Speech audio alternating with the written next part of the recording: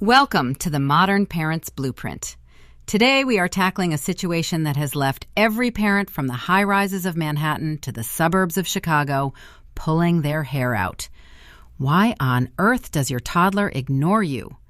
You've said it once. You've said it 5 times. You've practically shouted it from the rooftops. And yet, they act like you're invisible. Stop what you're doing right now, because the most common thing parents do in this moment, yelling from across the room, is actually the number one reason your child has developed selective hearing. You are literally training them to ignore you. But what if I told you that the most successful developmental psychologists in the country use a completely different approach, an approach that results in a 60% increase in immediate cooperation? Today, we're breaking down the science of the toddler brain and giving you the exact 6-step protocol to fix this once and for all. Let's look at the scary reality of the situation first. Recent surveys of American parents show that a staggering 85% of us repeat a single command more than 5 times before our child even looks up. Think about that. 85%. In a fast-paced city like Los Angeles, where you're trying to beat the 4:05 traffic to get to preschool, that's not just annoying, it's a recipe for a morning meltdown.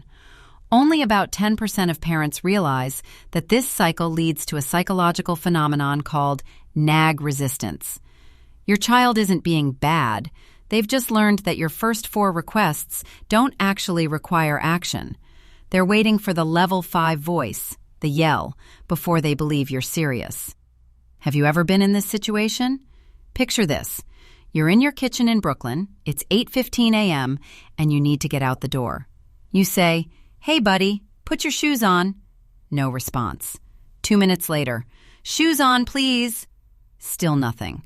By the 3rd time, you're hovering over them, voice trembling, saying, "If you don't put those shoes on right now, we are not going to the park." The result? They burst into tears, you feel like a villain, and you're still 10 minutes late. Or maybe it's the dinner table standoff, where you ask them to sit down 5 times while they continue to build a Lego tower in the living room. Or the bedtime loop, where brush your teeth is met with a blank stare as they continue to jump on the bed. If this sounds familiar, you're not alone. But here is why it's backfiring. When we shout commands from a distance, we are competing with a toddler's deep flow state. Biologically, their prefrontal cortex, the part of the brain that handles switching tasks, is still under construction. When you yell from the kitchen while they're in the playroom, your voice is just background noise, like a radio in a grocery store. Over time, this creates 3 negative outcomes. First, it damages the connection bridge, making communication a power struggle. Second, it teaches them that words have no weight until they are loud. And third, it creates a negotiation monster who believes every request is the start of a debate. A 20-year study from the University of Michigan found that children raised in high nag environments actually show lower levels of self-regulation by the time they hit middle school. We are literally wiring their brains to wait for external pressure rather than internal motivation. This is why this golden window between ages 2 and 5 is so critical. During this stage, their brains are forming millions of neural connections every second. If you use this time to build a connection-first communication style, you aren't just getting them to put on shoes. You are building their executive function for life. If you miss this, by age 10, you'll be dealing with a child who simply doesn't hear no unless it's accompanied by a lost privilege. Think of it like building a house. If the foundation of communication is shaky, every floor you add later, homework, chores, curfews, will be tilted. So, what is the secret? In high-performing developmental circles, they call it the connect before direct method. It's based on the work of Dr. Dan Siegel, and it's surprisingly simple, but requires a total mindset shift. Instead of focusing on the command, we focus on the bridge. It has 3 core principles: proximity, eye level, and the check back. Unlike the old-school do-it-because-I-said-so model, which triggers the child's fight-or-flight response, this method keeps their social engagement system online. When you say, "Go clean your room," from down the hall, their brain sees it as a threat to their current fun. When you use the bridge, their brain sees it as a transition. Let's look at the science. Research from the Harvard Center on the Developing Child shows that serve and return interactions are the most effective way to build a child's brain. In a study of 500 families, Group A used traditional distance commanding, while Group B used proximity-based requesting.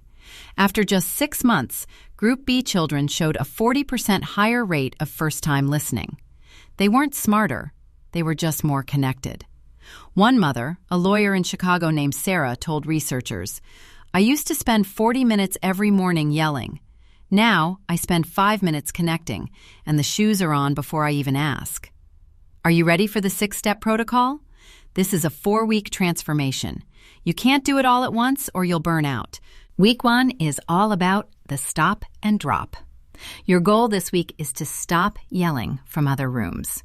Before you say a single word of direction, you must walk to the room where your child is. Most parents do this 50 times a day incorrectly. They yell, "Dinner's ready," from the stove.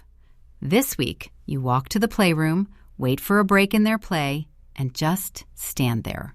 Don't even speak yet. You are becoming a physical presence in their world. You'll feel frustrated. You'll feel like you're wasting time walking back and forth. But that discomfort is the feeling of a new, healthy habit forming. Your mantra this week is, if I'm not in the room, I'm not in the conversation. Week 2 is the physical bridge. Now that you're in the room, you need to get on their level. Literally. Squat down until your eyes are level with theirs. In the world of a toddler, adults are giants who shout from the clouds. When you get low, you stop being a threat and start being a partner. Use a gentle touch on the shoulder. This triggers the release of oxytocin, which lowers their defenses. Instead of saying, "Put that toy away," you say, "Wow, that's a big tower you're building." In 2 minutes, we need to move to the table. Notice the 2-minute warning. You are respecting their deep flow. Week 3 is choice architecture. This is where you give them the illusion of control. Toddlers crave autonomy. Instead of, "Get in the car," you ask, "Do you want to hop to the car like a frog or stomp like a dinosaur?" Both options result in them getting in the car. You are bypassing the no reflex by giving their brain a puzzle to solve. Do you want the blue bowl or the red bowl for your oatmeal? Do you want to put your left shoe on first or your right shoe? This teaches them that they have a say in their life, which reduces the need for them to ignore you to gain power. Week 4 is the reflective loop. This is the magic step. After you give a direction, ask them to repeat it back. "Buddy, what are we doing after we put the Legos in the bin?" Wait for them to say, "Put on my coat." This confirms the message has actually been processed by their brain. If they can't repeat it, they didn't hear it. When they do it, you move to step 5, catch 'em being good. We often only give attention when they ignore us. This week, give 10 times more attention when they follow through. "I saw how fast you put those shoes on. That was so helpful." Finally, step 6 is the consistency clause. You have to do this every time. If you go back to yelling from the kitchen on Friday because you're tired, you reset the clock. Let's see how this looks in the real world. Imagine it's park time in Central Park. Normally you'd yell, 5 more minutes from the bench while scrolling on your phone. They ignore you. You yell, "Time to go." They run away. Using our new protocol, you walk over to the slide. You get on one knee. You touch their arm and say, "Hey, I love how high you're climbing. We have time for 2 more slides. Then we're going to walk to get a pretzel. Do you want a salt pretzel or a plain one?" They say, "Salt." They do the 2 slides and they walk with you because you've built a bridge, not a wall. Remember, the problem isn't your child, it's the pattern. 85% of parents are stuck in the nag loop, but you don't have to be. The research from the National Institute of Child Health shows that parents who move to this connection-first model see a dramatic drop in oppositional behavior within just 21 days. Start today. For the next 24 hours, make a commitment. I will not give a direction unless I am standing within 3 feet of my child. You will be amazed at how much they suddenly start to hear. Thank you for joining me on the Modern Parents Blueprint. If you found these 6 steps helpful, please subscribe and share this episode with a fellow parent who is currently losing their voice from yelling. You can do this, one bridge at a time. I'll see you in the next episode, where we'll dive into the science of toddler tantrums and how to stop them before they start. Until then, stay connected.